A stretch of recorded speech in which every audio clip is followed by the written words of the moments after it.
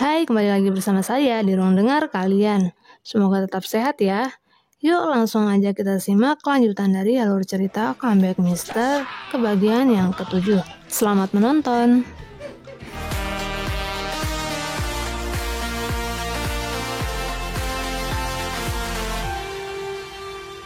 Sebelumnya, Lee Hae-jun menawarkan diri untuk tinggal di rumah Dae-hae dan ia pun diterima. Dan mereka pun membuat perjanjian. Jika selama 1 bulan, Lee Hae-jun puas dengan pelayanan yang diberikan, ia akan pergi dari rumah tersebut. Hana pun memberikan stiker. Jika Kim Yong-soo merasa puas, dia bisa menempelkan stiker tersebut pada tempatnya. Dan Dae-hae pun berkata, jika stiker tersebut sudah penuh, maka Lee Hae-jun harus pergi dari rumah. Ia pun menyetujuinya. Tempat lain, Sung Jae sedang menemani Han Gi-tak latihan tinju. Setelah itu, ia masuk ke kamar untuk melihat Song Leon yang sedang tidur bersama anaknya.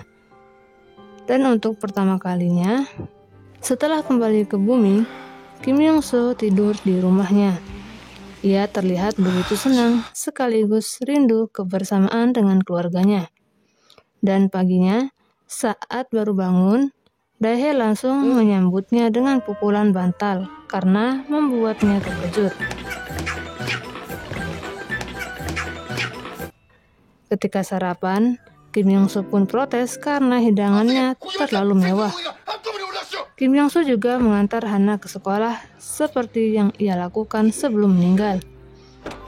Sedangkan Song Leon dan Hong Nan alias Han Gi-tak pergi ke mall milik mantan suami Song Leon, yaitu Presidir Cha. Ia kaget karena artis Wang tidak memberitahu jika mereka akan syuting di sana. Sementara itu, artis Wang menemui Presidir Cha dan berterima kasih karena telah mengizinkan syuting dilakukan di mall. Presidir Cha tak pernah memberi izin, namun yang memberi adalah Lee Hae-jun alias Kim Yong-soo. Sedangkan di tempat lain, Kim Yong-soo sedang mengecek keadaan karyawan mall.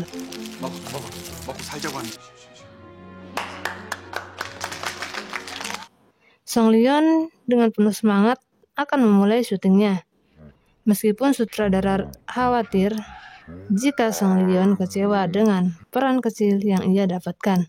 Apalagi syuting yang mereka lakukan dilaksanakan di kantor milik mantan suaminya. Dan adegan berikutnya, Kim Yong-soo buru-buru meminta Dae-hae masuk mobilnya. Ia membawanya pergi makan siang ke tempat yang pernah Dae-hae datangi dengan Jung Ji-hoon. Dan Song Leon terlihat sudah mengganti pakaiannya. Presidir Cha pun datang untuk mengawasi. Setelah makan dengan Dae-hae, Kim Yong-soo mengunjungi lokasi syuting. Ia juga bertemu dengan Han Gi-tak dan Yong-chan, anak Song Leon. Kim Yong-soo kemudian membawa Yong-chan menemui orang tuanya. Dan ketika syuting berlangsung, para kru dan sutradara pun terpesona dengan akting Song Leon. Sedangkan Presidir Cha hanya memandangi dari jauh. Adegan berpindah. Dae-hae dibuat jengkel dengan kelakuan Kim Yong-soo yang berbuat seenaknya selama jam kerja. Dae-hae pun memarahinya karena ia bertindak tak sopan.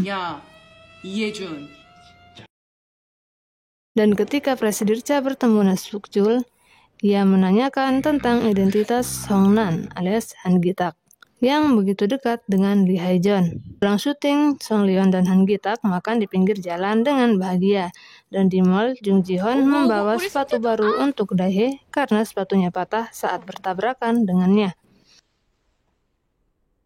Kim Yong-soo hanya memperhatikan dari jauh, sedangkan Dae-hae menolak pemberian sepatu dari Jung Ji-hoon karena ia tak ingin membebaninya.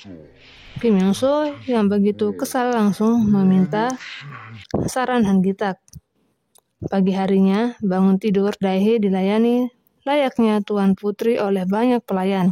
Dae pun mengira itu hanyalah mimpi. Setelah keluar dari kamarnya dan melihat Kim Yong-so di sana, ia pun menyadari semuanya bukanlah mimpi, melainkan ulah Kim Yong-so. Semuanya pun berakhir di dapur setelah pelayan sewaan Kim Yong-so diusir oleh Dae karena ia tak menginginkan rumahnya dipenuhi orang. Kim Yong-so, Hana, dan ayah mertua memasak untuk Dae, dan tak lama Han Gi-tak ditelepon oleh Kim Yong-so. Karena khawatir dengan masakan Kim Yong-so, Han Gi-tak pun pergi ke rumah Dae dan diikuti Sung Jae serta Song Leon. Han Gi-tak langsung mempersiapkan makanan, sedangkan Hana serta Yong-chan membuka komputer. Mereka membaca nama-nama burung, kemudian Hana berteriak, bertanya tentang burung bertelinga coklat. Kim Yong-so dan Han Gi-tak yang sedang membuat makanan pun segera berlari memindahkan kedua anak kecil tersebut keluar. Han Gi-tak pun membuka folder tersebut, namun Kim Yong-so segera mengambil alih dan hendak menghapusnya. Dan terjadilah adegan tarik-menarik di antara keduanya.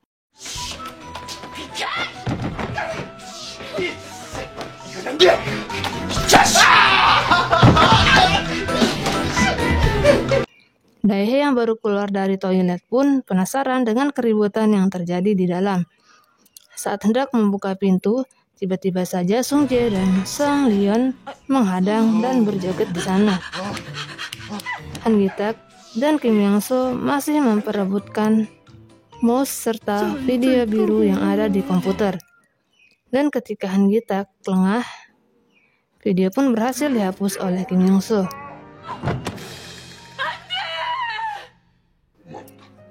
Selanjutnya mereka makan bersama, dan setelah semuanya bubar, Kim Yong-so mengajak Dae makan di warung pinggir jalan. Di sana Dae bercerita tentang kehidupannya. Begitupun dengan Kim Yong-so. Dan di kediaman Han Gi-tak, Yong-chan bermain sendiri.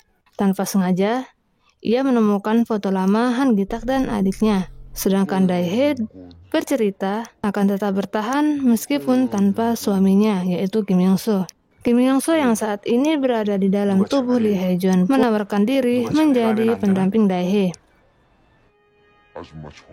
Cerita beralih ke Lee Hae-jeon yang asli. Terlihat ia berlari mengambil kayu dan menggunakannya untuk menyalakan api, seperti di zaman purba. Setelah berjam-jam menggeseknya ke kayu yang lain, api pun berhasil menyala. Lee Hae-jeon terlihat senang, namun tak lama ia kecewa karena mengetahui sang pilot memiliki korek yang sedang ia mainkan. Nantikan kelanjutannya di episode berikutnya. Terima kasih sudah menonton, dan sampai jumpa.